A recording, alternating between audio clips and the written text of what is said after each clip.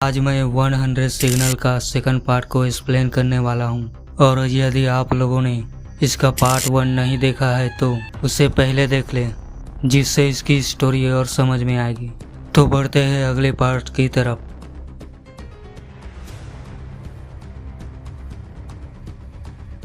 तो पहले पार्ट में हमने जाना कि सुनोडा का सेक्रीफाइस वेस्ट हो जाता है, जिसके कारण वो वहाँ से भागती है और उसके पीछे 2 और बच्चे जाते हैं।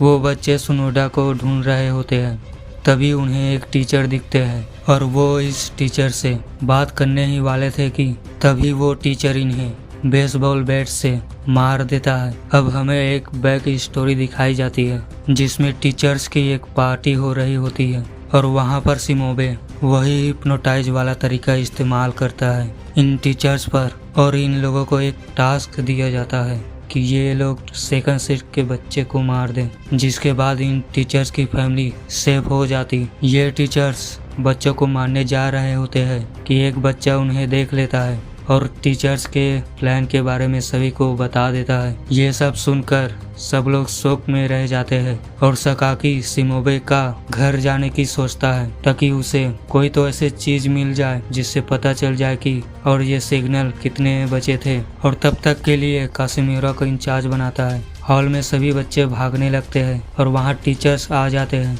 कासिमिरा हासाहिना को बचाकर भागने लगती है। हासाहिना वीक थी, पर वो लड़ना चाहती थी और सभी का साथ देती है। हासाहिना उन टीचर्स से लड़ती हुई सुनोडा को बचाती है, जिससे वो घायल हो जाती है। ये लोग मेडिकल रूम में पहुंचते हैं, जहां पर एक टीचर उन्हें बचा लेते हैं, पर अचानक ही वहां सभी टीचर्स आ जाते हैं और सभी को बचाते हुए हासाहिना की डेथ हो जाती है। अगले सीन में हम सकाकी को शिमोबे के घर में देखते हैं। सकाकी को उस घर में कुछ नहीं मिलता, बट वहां पर एक आदमी आता है। ये आदमी कोई ऐसे ग्रुप से था जो हिप्नोटाइज से निकलने वाली दवाई बना रहे थे। वो आदमी सकाकी को वो दवाई देता है। सकाकी स्कूल में वापस आकर उन गोलियों को दिखाता है, पर वाडा एक गोली जबरदस्ती ले लेता है और वाडा गोली खाते ही सब कुछ भूलने लगता है। इसके बाद वो सारे सिग्नल ट्रिगर नहीं होंगे। अगर वो सब भूल गए तो फिर एक बच्चा और उसमें से एक गोली चोरी कर खा लेता है। फिर ये लोग फैसला करते हैं कि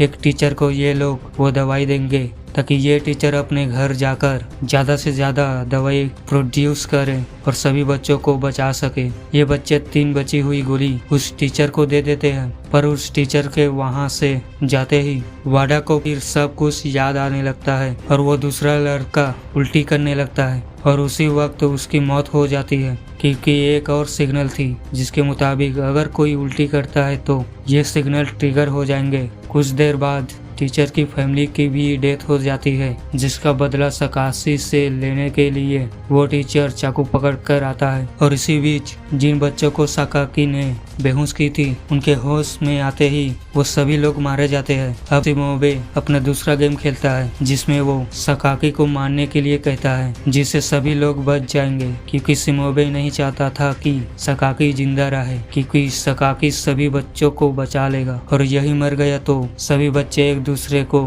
मार डालेंगे। घड़ी में जोर से बेल की आवाज बजती है और मियोरी पियानो बजाते हुए मारी जाती है। फिर हमें उन सभी बच्चों के कपड़ों के पीछे कुछ सिग्नल लिखाई हुई दिखाई जाती है, जो कि सिर्फ उसी बच्चे के लिए था जिसके कपड़े में वो लिखा था। वहाँ एक बच्चे का सिग्नल ये था कि उसे एक जगह खड़ा नहीं रहना है, जिससे उसकी भी मौत हो जाती है। ये बच्चे सिग्नल के बारे में जान जाते हैं तो सभी एक दूसरे को सिग्नल की मदद से मारने लगते हैं। आखिरी में वाडा और कुछ ही लोग जिंदा बचते हैं। इन सभी से परेशान सकाकी वहाँ के सभी बच्चों को मारने लगता है और कहता है कासिमिरा को बचाने के लिए वो किसी का भी जान ले सकता है, और इन सब में वाडा को भी घायल कर देता है और कहता है कि शिमोबे हम सभी बच्चों की मौत चाहता है, इसलिए उसने ऐसा गेम बनाया है। तभी उसे हसीबा आकर मार देता है और वहाँ से भागने लगता है, जिसे एक और सिग्नल ट्रिगर होने पर वो अपने आप को मार डालता है। यहाँ पर कासिमिरा सकाकी की मौत को जायज माया जाने नहीं देती, तो वो वाडा को मार देती है। यहाँ पर हमें पता चलता है कि शिमोबे ने इस गेम में एक ऐसा सिग्नल डाला था जिससे ये गेम यहीं पर खत्म हो जाता, और वो सिग्नल था सॉरी। इन्हें बस शिमोबे सर के मरने के बाद जिन लोगों ने इसके साथ जो भी बुरा किया था उसे बस